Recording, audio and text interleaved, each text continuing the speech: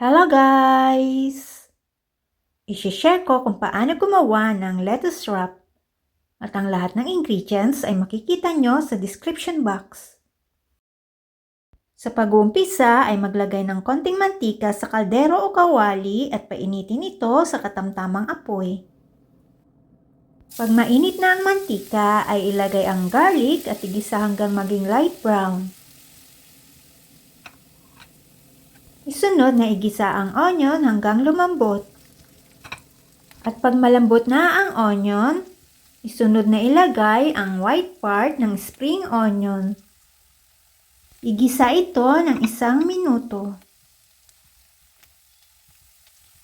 Pagkaraan ng 1 minuto ay ilagay ang ground chicken.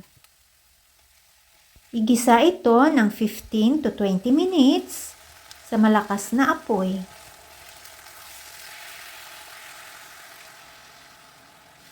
After 20 minutes ay ilagay ang diced carrots at igisa ng 1 minuto. Ilagay ang water chestnuts at ang kalahati ng crushed roasted peanuts. Haluin at patuloy na lutuin ng 3 hanggang 4 na minuto. Saka ilagay ang 1 pouch ng lettuce wrap sauce.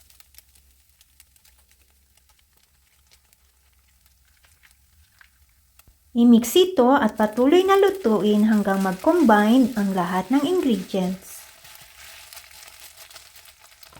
Timplahan ng salt and pepper at maglagay depende sa inyong panlasa.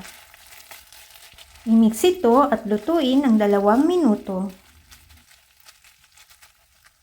Ilagay ang remaining crushed roasted peanuts at green part ng spring onion.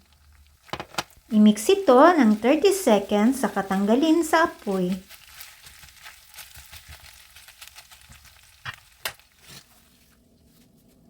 Ilagay ang cooked mixture sa lettuce.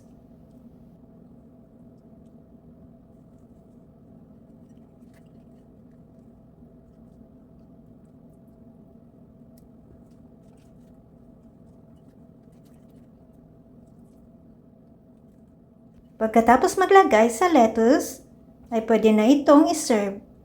Enjoy po! You are my defender and protector. I put my hope in your promise. Psalms 119 verse 114. Thanks for watching.